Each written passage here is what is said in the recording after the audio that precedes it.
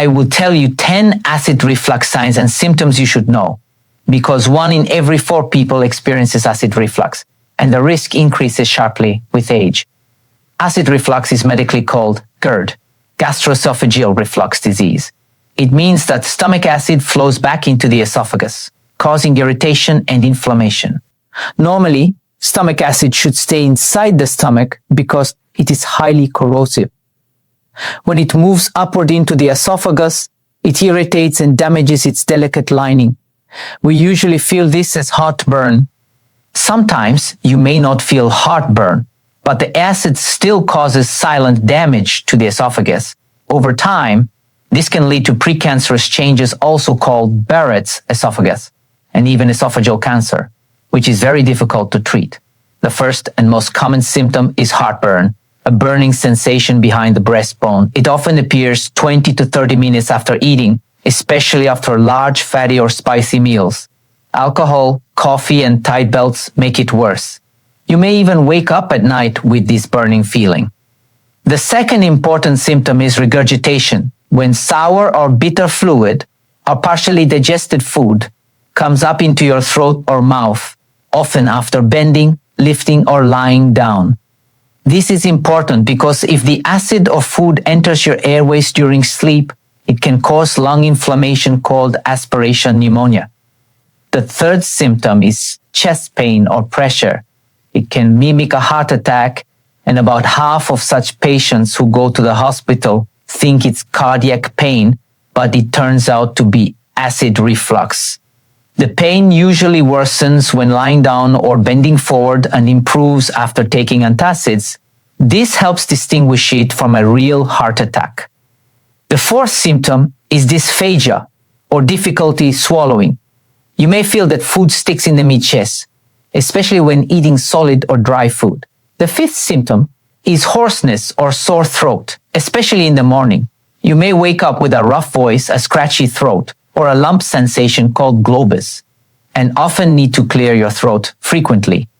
This happens when acid irritates the larynx we call voice box. The sixth symptom is chronic cough, often mistaken for asthma. It's usually a dry cough that appears after meals while talking or laughing.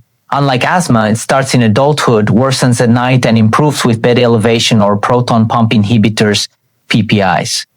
The seventh symptom is morning bad breath with a sour or metallic taste. Even with good oral hygiene, sometimes even pillows smell acidic due to night reflux. Another less common sign is persistent hiccups lasting more than 2 days. They may appear after large meals or alcohol and worsen when lying down. This happens because a hiatal hernia or reflux can irritate the vagus nerve, triggering hiccups. Another rare symptom is palpitations or fluttering after meals. You may feel your heartbeat become noticeable after a heavy meal. This can occur when a large hiatal hernia mechanically presses on the heart's left side. The ECG is usually normal, and symptoms are linked to large portions or overeating. Now let's say what causes GERD. The most common cause of GERD is a hiatal hernia, when the upper part of the stomach slides through the diaphragm and pulls the lower esophageal sphincter upward into the chest. Normally, the stomach should stay in the abdomen, but sometimes it moves upward. That's a hiatal hernia. It usually happens in obesity or after age 50 because connective tissues weaken and can't hold the stomach in place. Anything that increases abdominal pressure can also cause a hiatal hernia, such as obesity, pregnancy, or lifting heavy weights.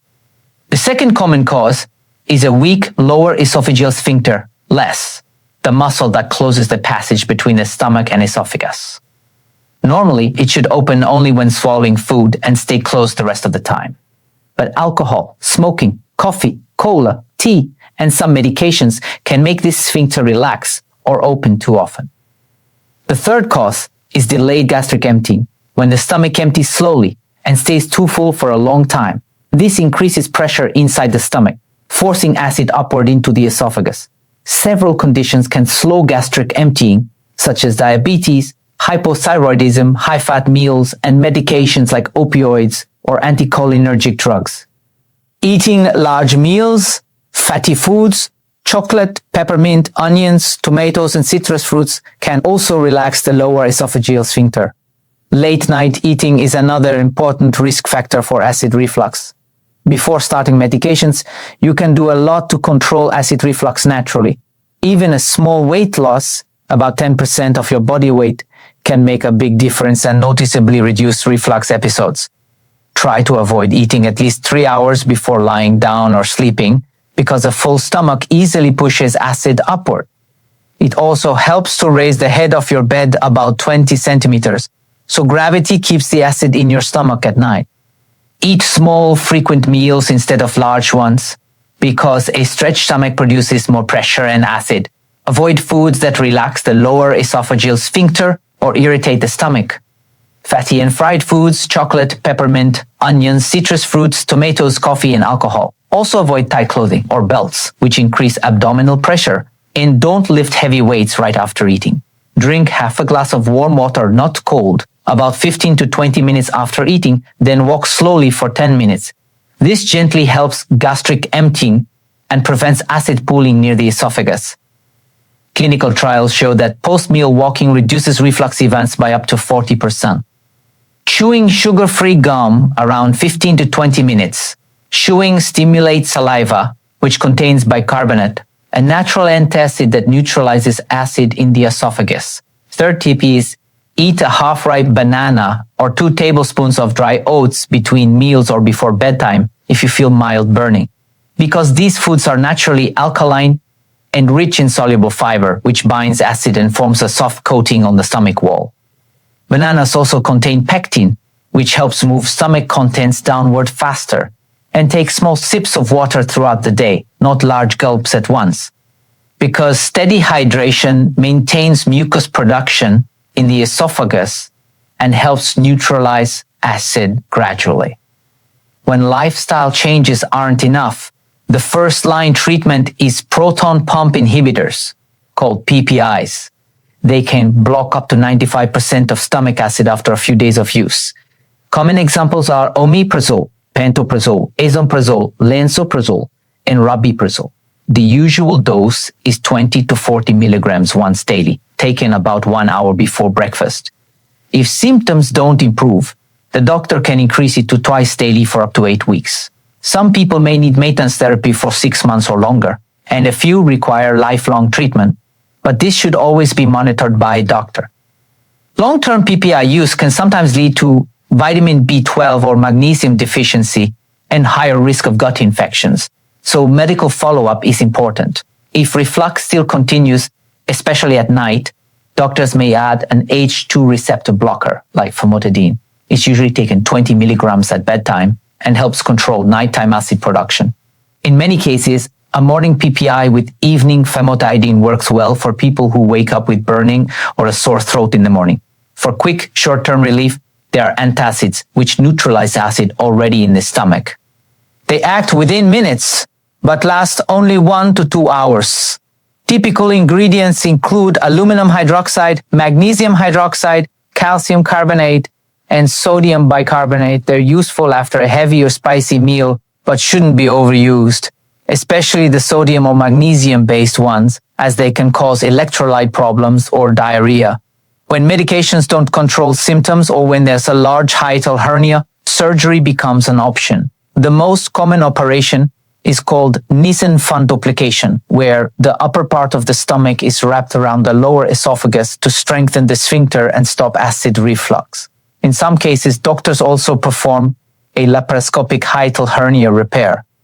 Surgery is usually considered when patients have severe regurgitation or aspiration, a large hernia, are young and don't want lifelong medication, or have Barrett's esophagus not controlled by drugs. With proper treatment, GERD and hiatal hernia have an excellent prognosis.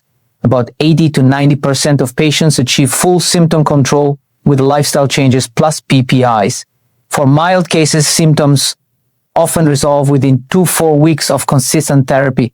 After surgery, success rates exceed 90%, and most patients remain symptom-free for 10-15 years. If untreated, reflux can lead to esophagitis, ulcers, narrowing strictures, or Barrett's changes, but early control reverses inflammation completely. When weight is maintained, triggers avoided, and acid controlled, life expectancy is normal and complication risk nearly zero.